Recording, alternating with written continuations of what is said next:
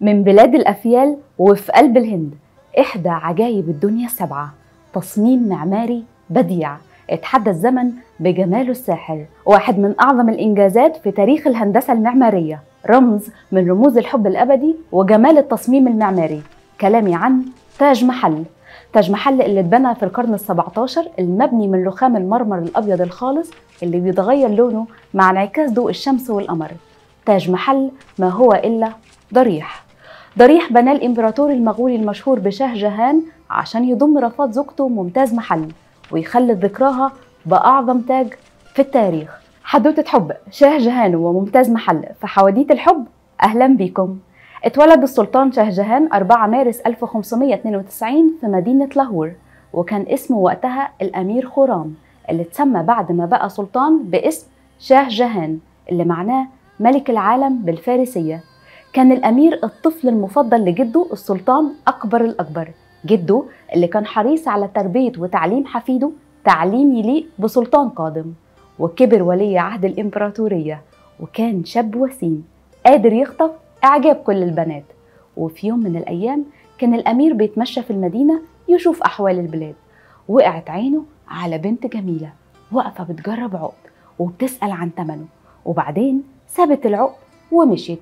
بس قبل ما تمشي كانت خطفت قلب الأمير اللي وقع في حبها من النظرة الأولى، أثرته بجمالها وجاذبيتها الهادية، فراح اشترى العقد اللي لمسته بإيديها وعرف إن البنت دي هي أرجمند بانو بيجم، فراح خطبها واداها العقد وفضلوا مخطوبين 5 سنين.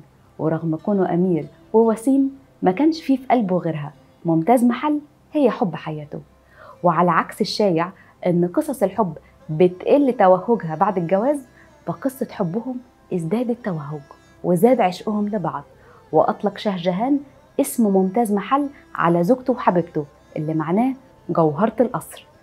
عاش شاه جهان مع زوجته حياة سعيدة مليانة حب وتفاهم واحتواء، ولأنها كانت ذكية وحكيمة كانت محل ثقة زوجها السلطان اللي كان بيستشيرها وياخد برأيها في كل أمور الدولة، وده شيء نادر في عصر كانت السلطة فيه في إيد الرجال، والنساء غير مرحب بيهم في أمور الدولة، إلا إنها كانت بالنسبة له نعمة الصديق المعين، وخاصة في المحن والضيقات. وعشان كده كانت شريك فعال في حكم الإمبراطورية المغولية، وكانت أسرتهم محل اهتمامهم. أنجبت ممتاز محل لشاه جهان 14 طفل. كل الروايات التاريخية بتأكد على حب الإمبراطور الشديد لمحبوبته واهتمامه بيها، الحب اللي خلى شعبهم يحبهم، وكانوا مثال للزواج السعيد الناجح. ومن كتر حبه فيها وتعلقه بيها ما كانش بيقدر يبعد عنها، فكان بياخدها معاه في كل مكان وفي كل سفرياته حتى في حروبه.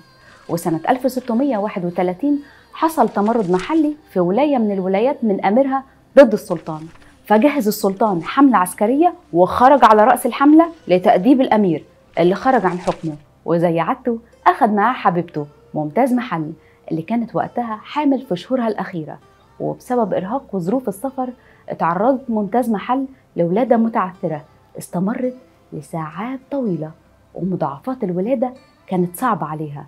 ساعتها حست جوهرة القصر إن الموت منذر، والسلطان كان جنبها بيبكي من خوفه وقلقه عليها. بصت له بحنان وقالت له: وصيتي ليك ما تتجوزش من بعدي، وتفضل مخلص لحبي. خلي بالك من ولادنا وخصوصا البنات، املاهم من حبك ورعايتك. والوصية التانية تبني لي ضريح فريد من نوعه يخلد ذكرى حبنا للأبد.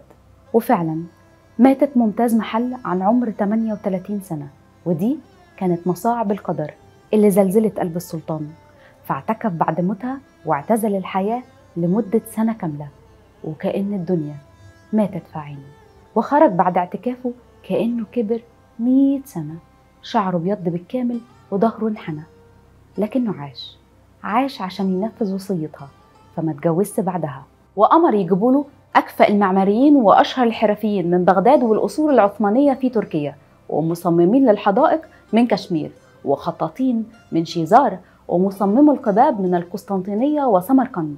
وأمرهم ببناء تاج محل، بناء يمثل فيه جوهره تفرد جمال زوجته.